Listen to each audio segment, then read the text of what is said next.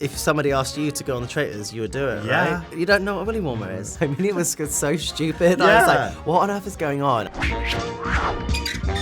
Hey Tom, welcome to Celebrity, the show where we spill the tea on your career while we enjoy a delicious cup of tea. Love that. Now, as an American, I'm still trying to find out what the perfect cup of tea is. So I'd love to hear from you. How do you make the perfect cup of tea?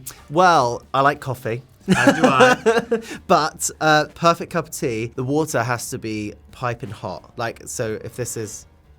It should be pretty hot. Okay, it's hot. Okay, cool. What I like to do, lots of people in America, I feel like they don't have a kettle. Yeah, I never had one growing up. So kettle is important. It's something that you should always have in your kitchen. So tea bag goes in first. Am I showing you right now? Yeah. Teach me. Tea bag goes in. Then the water goes in. It's got to be piping hot. And the perfect brew time, in my opinion, is about 6 minutes. Okay. So I would leave it in there for about 6 minutes and then put the milk in. Okay, nice. So milk in after. Definitely milk in after. What I like to do is take the tea bag out and then put the milk in. Because then you get like a proper sense of the color of the tea. So while we wait for this to brew, Yes. we're obviously here today to talk about your new documentary, 1.6 seconds, which is phenomenal. It's so well done, highs, lows, and you're so open in it as well. So what was the scariest thing to kind of put in the documentary? Well, for me, I walked into that interview not knowing what on earth they were going to ask me, what I was going to see, and I saw so much footage that was the first time I'd ever seen it. It was all archival stuff that my dad had filmed, first swimming lessons, first time, Christmas, whatever, these, different family events, the first time I left for the Olympics. And, it was scary to talk about lots of different things, but seeing myself when I was younger and talking about the things that I was like going through and in a very, that everything's fine, I'm carrying on, I want to win an Olympic gold medal way, when actually behind all of that was a struggle. Yeah. So it was a very lonely experience. So watching it back was all quite difficult, but at the same time very surreal to see everything laid out all in one place. Yeah, therapeutic at all? A little triggering? Yeah, I mean, it was kind of like therapy. Yeah. Because I was there for such a long time, maybe 7 hours interviewing, like all in one go, talking about everything. So yeah, it really got in there. Yeah. Was there anything that you didn't want to include, but last minute were like, oh, I probably should? As an athlete and as somebody that has done a sport that's all about perfectionism, there are parts of my life where I just, of course, like in anybody's life, that you just wish never happened. And you just wish were not part of who you are, but they are. Like, it's, talking about all kinds of different things, whether it was bullying at school, losing my dad was extremely difficult to talk about, but such a huge part of my life, my eating disorder that I struggled with, like all of that stuff was kind of quite difficult to talk about, but at the same time, I feel like it was important to discuss it at the same time. Headlines have been going crazy about you opening up about your body image issues at the moment. As gay men, I do feel like there's so much pressure to look a certain way, and I joke with my friends, you'll take like a shirtless gym selfie, and then be like, oh, I don't look good enough, and then a year later, you'll look back and be like, I was in the best shape. Why did I see? Why didn't I look good at that moment? Why didn't I appreciate it? It's really difficult because and I know rationally that if I look at myself, like, I'm doing all right, I'm fine, it's good. But like ever since I was told that like I had to lose weight that time, I now think that everybody is looking at me depending on how much weight I put on or lost or whatever that is. And so everything that I put in my mouth, everything I eat, everything I like, everything I do, I always think about it. And it's, of course, I know rationally that it's not an issue and I'm like totally fine. But there's always something in my head where I just can't not think about it. And I really struggle with it. And I know to some people that might be like, oh gosh, okay, here we go, like cry me a river. But that's what an eating disorder is. Exactly. It's not like it's something that you can't help. And so it's something that I now, as a retired athlete, have to then come to terms with as well, because whenever I see myself at the Olympics and like in peak condition, I'm like, I still then wasn't happy with how I looked. Like I always wanted to be better and better and better, and now I look at that and think, oh gosh, if only I looked half like that. It's a weird conundrum to be in. Yeah, I mean, you can know things logically, but then the demons in your head are saying something else. Like you can't control that. Totally, you can't control it, and especially with social media and expectations, and it's the first thing that lots of people comment on like all the time, and it's the first thing that I'm doing a photo shoot, and then all of a sudden it's like, oh, do you like unbutton that? Oh, you know what? I just take it off, and I'm like, oh my gosh, like I wasn't. Then I'd get self-conscious, and it's very surreal. Yeah, I get that. Yeah. Now, I sadly also lost my father to a brain tumor in 2014. Oh, really? I'm sorry. Sorry to you as well. And interestingly enough, my dad also filmed my entire childhood. Really? He had a camera in his hand at all times. Yeah. And growing up, I hated it. It was so embarrassing. It was cringe. He'd come to my school and I hated it. Yeah. But now, looking back, I get to have those moments, especially losing a dad at a young age. Yeah. I was going through footage, and there was one moment where he actually sang me happy birthday in the mirror.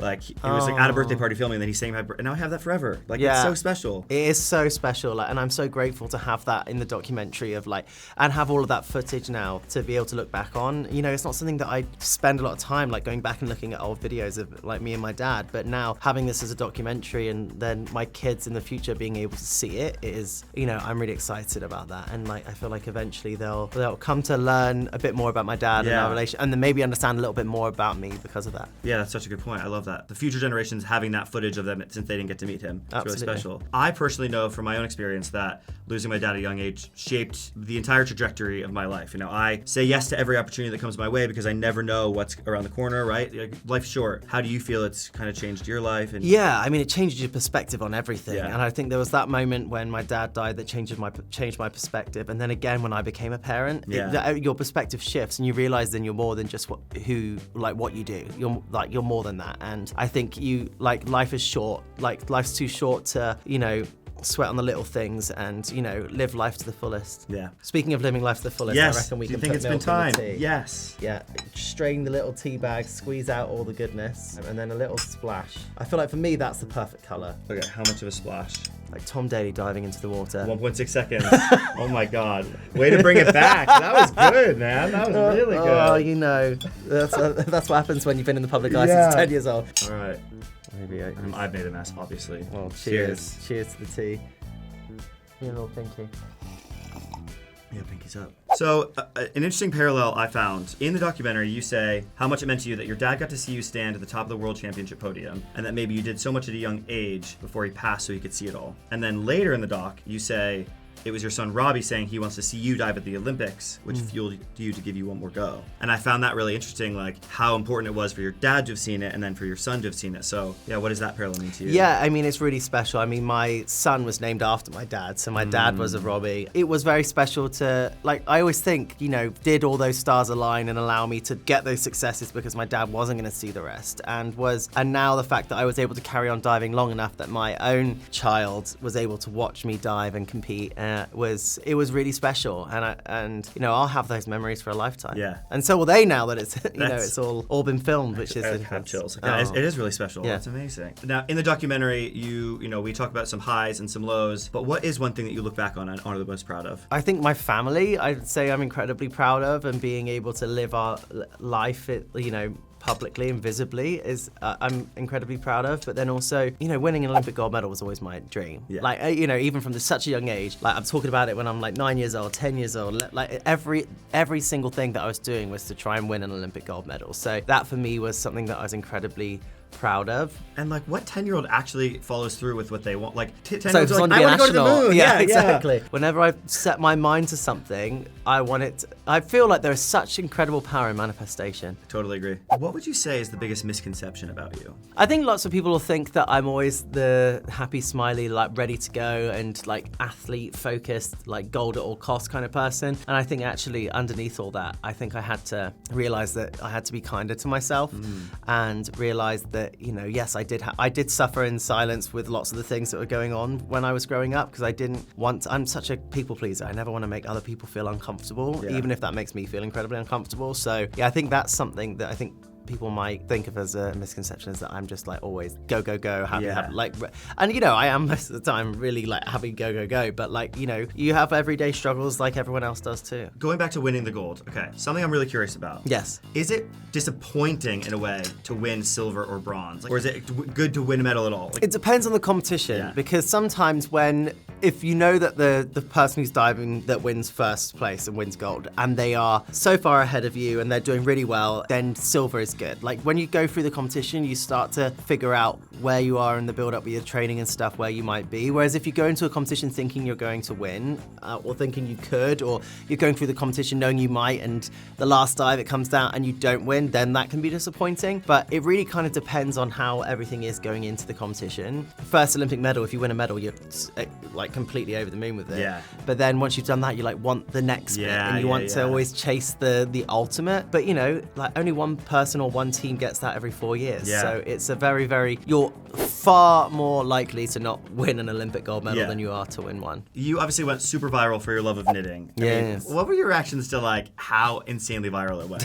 I mean, it was so stupid. I was like, what on earth is going on? I mean, I started it thinking that it was, you know, I mean, originally it was my coach who said to me, you're so on the go all the time, you just need to like find something to sit and rest and relax. I was like, okay. So then my husband Lance was like, he's in film, so then he was like, loads of people while they're waiting will knit or crochet or do something to kind of pass the time. And I was like, okay, I'll give that a go. So got my needles, got my yarn, went onto YouTube and figured out how I was going to do that. I became completely obsessed with it. And I do genuinely think that knitting was my superpower because during the Tokyo Games, when it was a COVID Games, you couldn't do anything. You couldn't do anything socially. You couldn't hang out in the dining hall with your friend. Like you had to be so like pool back at the like village. There was nothing you could do. So there's so much time to overthink. And that knitting and crocheting was my way of being able to escape from all of that and be able to just be really present and like get like everything and worry about the competitions and stuff out of my head so that I can focus on what I needed to do at that one moment. And I genuinely think that was the reason why I was in the right frame of mind to be able to go out and do the competition like I did. It's so funny. Did you have a favorite like meme or viral reaction to it that came about from it? There was some edit of me in like sitting and knitting, and that they had like transplanted me into a club, and it was like clubbing in your 30s. Like, and you just see how it feels to be in a club when you're 30. What would you say is the funniest or weirdest thing you've crocheted? I've made as a last minute gifts quite a few willy warmers. One size fits most. You don't know what a willy warmer is? No. I can put two and two together. Yes. Yeah. It's like a sock. Yeah, interesting. Yes. So if you receive a willy warmer from Tom Daley, it was a last minute gift. It was a last minute gift because they take, you know, depending, it can take anything from it can take a varying amount of time to make, depending on the biggest willy warmer you gave for it. But you know, it is quite a funny gift because obviously no one ever wears them. Maybe they do. Yeah, how would you know? I don't know, but you know, it's quite a funny gift when people receive. They're like, "What is it?" And I'm telling them, and then they're like, "It's quite funny." In the documentary, you also talk about, you know, your coming out story, what it's like to be a queer athlete. At what point did it shift from being an athlete who just happens to be gay to somebody who is going to use their voice and platform and kind of be the person, the representation of it all? I think there was part of me that, you know, when I came out, like I had no idea how that was going to go. Like I talked about in the documentary, I was really terrified about how that might actually impact things. But then I got to a point where I was like, you know what? Like it's really important that young kids feel seen in that and feel like they aren't the only ones in the world that have to go through that and feel like they're really alone in it. So I don't know, I felt like there was a responsibility to speak up for what I believed in. And I think now, lots of people always ask me what they can do to be, you know, an activist. And I was like, actually, you don't need to be an activist. You just be you. And, you know, live truly and authentically as you. And as long as you're happy and healthy and your, you know, friends and family are happy and healthy and you're not hurting anyone, then, you know, you're doing good things. That's perfect advice. I can't sit here and not mention Celebrity Traitors. Yes. What made you want to go on that show? It's my favorite show of all time. Oh, it's my favorite show. I'm dying to get on. I beg every single person I interview to help me out. So, what made you want to go on the show? I mean, like, if somebody asked you to go on the Traitors, you would do it, right? I love the show. I've watched all the franchises. Same. I wanted to know what it was like to be in the castle, what it was actually like behind the scenes and all of that. It was really fun. I had a great time. It was very intense. Yeah, I bet. But it was, you know, I can't really say much more than that. I really want to, because all I want to do is talk about it, and I can't talk about it to anyone yet. What is tougher, though, diving or sitting around that banishment table? Oh, gosh. I mean, you know, it's funny. I'd say diving. Because, you know, what? So, actually. Well, the funny thing is, I think, you know how when you're watching the show, they always play like a song at the beginning where like the camera goes around and like shows it. They actually play that. So you're sitting there, and they play that song. Oh my God. Yeah, so like intense. What you see on TV and you think, oh, that's just music over the top. No, that's happening. They bring it to life. And you're like, oh my God. And it makes you like really like... Yeah. Well, I can't wait to see it. Sadly, we do have to wrap. Thank you so much for spilling the tea with us today. Thank you. Cheers again. Cheers. And congrats on the documentary. Thank you very much. Thank you.